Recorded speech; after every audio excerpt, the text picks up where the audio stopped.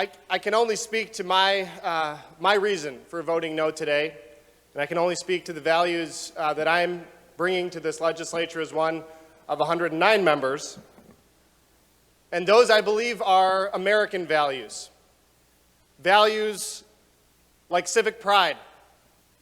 Pride in a state that invests, or that should invest, in our children, in our future, in the people that are going to carry the torches of freedom and justice forward. Our children are the future.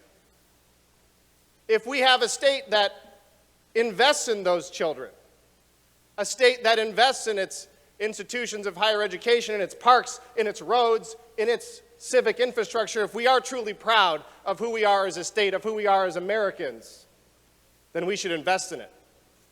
Because at the end of the day, it turns out that's how you attract jobs to Michigan.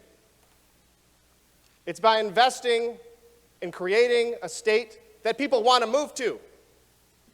Because at the end of the day, you can dangle as much cash as you want for the next company to come around, but the truth is that companies follow talent. They go where the talent is. And the thing is, if you're not investing in your schools, and you can't drive to work without breaking an axle or popping a tire, turns out talent doesn't want to necessarily live in a place like that. So let's, instead of dangling money for businesses, maybe invest a little bit more in our civic pride and make sure that we're investing in the future of the state of Michigan. As an American, I believe in fairness. And Mr. Speaker, I want an explanation about how it's fair to the many small businesses in the state of Michigan that one large operation can walk into the Capitol in Lansing and stand on the tiles with their lobbyists and invest in getting the votes that they need to pass their bill. Well, my small businesses in Ann Arbor, turns out they can't afford that kind of operation. Turns out that many of the other data centers across the state can't afford that kind of operation. And in fact,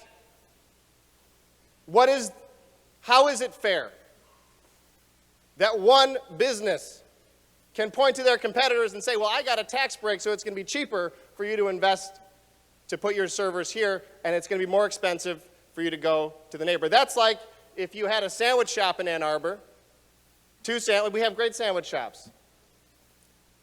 Two sandwich shops, one right next to the other. One had a whole bunch of money that they wanted to invest in hiring a lobbyist to come to Lansing.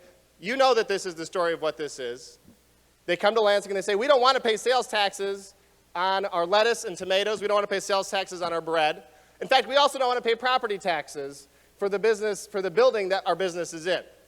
And because they have a lobbyist and because they've invested in people that are now watching us in the gallery, they are able to get that tax credit. But the business next to them that didn't get that doesn't have the ability to invest in that lobbyist to come to Lansing and convince us that they shouldn't pay taxes on their tomatoes and lettuce and bread, they don't get that same benefit. So of course the business with the big highfalutin lobbyist will do better because they can charge less. Explain the fairness there. Explain the fairness, which is an American value, of having millionaires and billionaires be able to buy their way to more money. When our children are not able to get the education that they deserve in the state of Michigan. That is unacceptable. That is not the America that I believe in. So let's get back to our American values. Let's get back to what makes us, as Michiganders, proud to be a state that has advanced our nation and the world. We can do better as a state. We can advance our economy. We can invest in the jobs of the future. But we can't do that if we keep bleeding our tax dollars. If we keep giving handouts and giveaways to this and that corporation, it's not going to work. Let's invest in our children. Let's invest in our roads. Let's invest in our future as a state. And let us stop being a legislature that doesn't treat every business with the equity and fairness that they deserve. It is unacceptable to leave our small businesses on the curb while rich, well-funded corporations can buy their way to legislation. I urge a no vote. Thank you, Mr. Speaker.